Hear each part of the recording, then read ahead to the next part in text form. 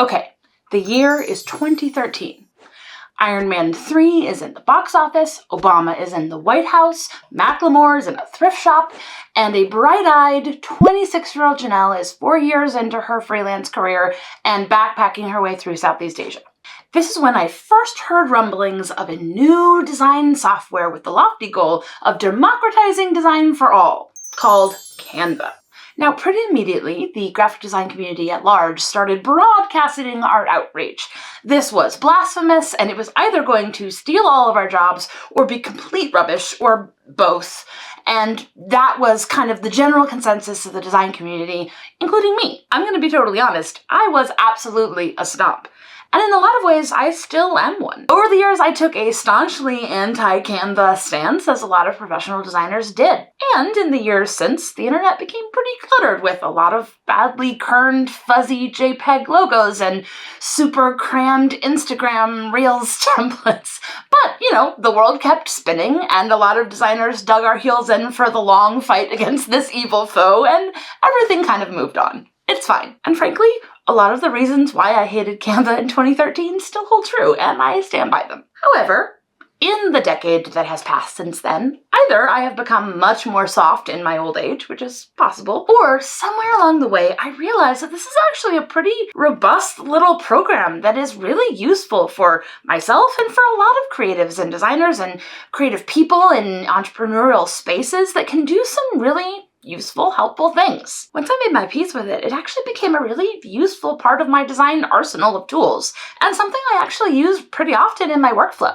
So today, I'm doing a bit of a mea culpa, and this is for anyone who also has had grumblings about this software or wants to understand how to better use it in a thoughtful way as part of a design flow in whatever space you're in. So here are 4 ways that I use Canva as a part of my regular workflow as a professional designer, and also a few things that I still kind of hate. Okay, so first off, I'm just going to get a few gripes out of the way so that we're both tracking a few things that really are valid frustrations with the software and where some of the limitations pop up that I think a lot of professional designers are frustrated by when people think that you can use it interchangeably with the Adobe suite for creating graphics. When I was doing a bit of poking around the internet to see what was out here on this topic, I didn't see a lot of videos that were really breaking down what the actual technical differences are with this software versus something like the Adobe suite and how you can use them and why they're not totally interchangeable. So I'm going to cover it real quickly, and if you don't want to hear me complain, go ahead and skip ahead.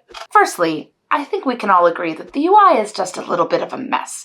It's just incredibly cluttered. It's hard to find things. It's hard to organize things and sort projects easily, sort files into different spaces.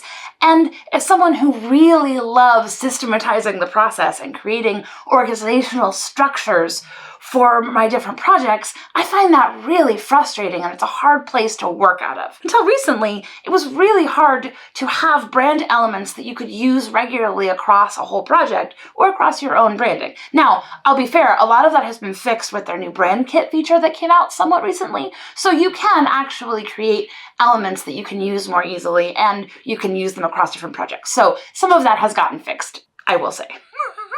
Mostly, though, my issue was just that it gave just enough power to feel like you could really get in there and make something from scratch yourself, but not enough actual back-end tools so that you could follow good design rules, especially when it comes to typography and logos, which are my 2 favorite things.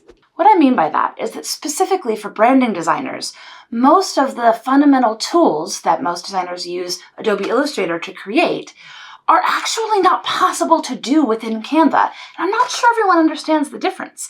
The biggest thing is you can't easily design in vector format, and what I mean by that is that's the thing that allows you to create graphics that can be infinitely scalable, versus a JPEG that is done by pixels, so there's only so far you can blow that up. That's kind of fundamental to the idea of a logo or a branding suite or any of those elements that can then be applied to different elements within a brand. So that difference is pretty vital. And the 2 tools that are the most fundamental for any branding designer within Adobe Illustrator are the pen tool and the pencil tool.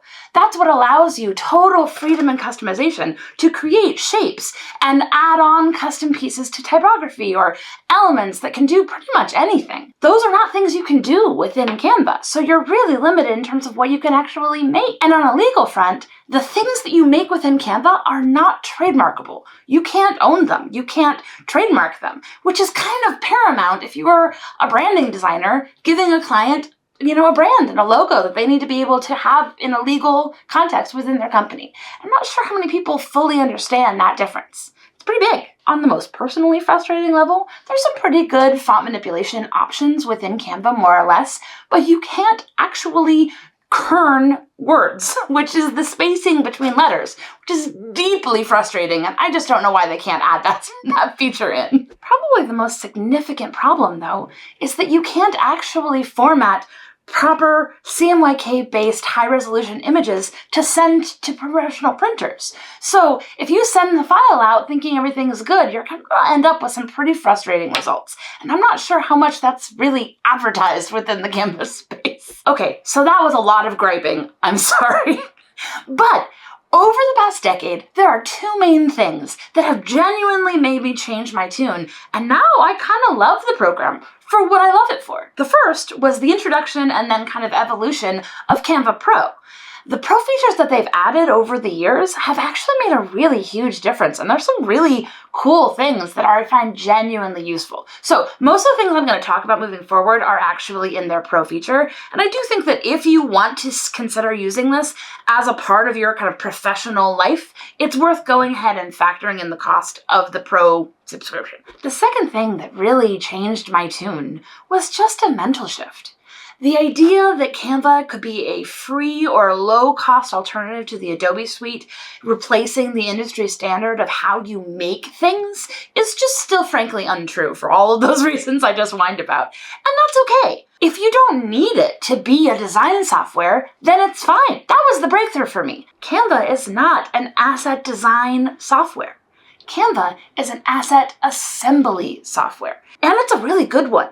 It's really useful, and it's a faster, easier way to quickly grab assets that you've made in other programs and assemble them and lay them out and use them over and over again into templates and give them to other people and use and manipulate them in a much faster workflow than you can actually do in the Adobe suite. It's kind of revolutionary once I realized it. So, Canva Pro use number 1.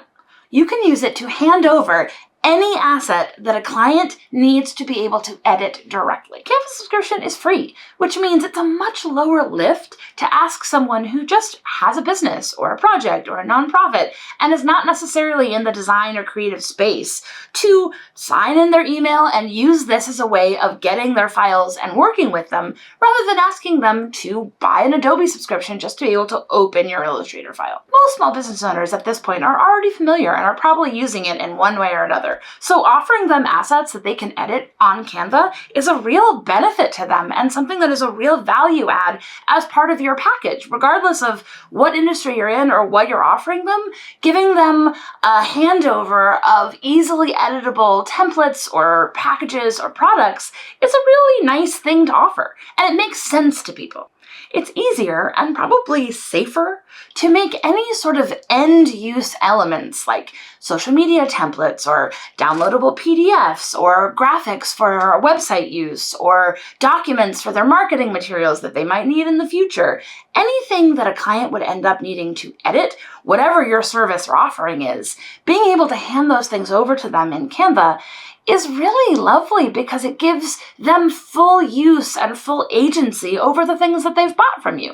They're not beholden to you as a designer, needing to make every little tweak, and in 6 months you won't get a random email asking you to change the wording on a document because they can't access it because they don't have InDesign, for example. Using a free software like this is truly empowering them to get the most out of their brand, and you have a higher chance of them actually following all of the rules and the design elements that you've set up for them because you're creating an easily editable template. So the chances of a client kind of going rogue and 6 months later you pop onto their website and see that they've completely changed things and are using crazy colors and fonts because they couldn't easily edit the things that you made for them is a lot less. Pro use number 2 is that you can add a la carte services or extra offerings to whatever your product offering is. Regardless of your industry or what you're doing, you can add extra elements available that they can kind of tack on at the end of a project. You can upsell additional products like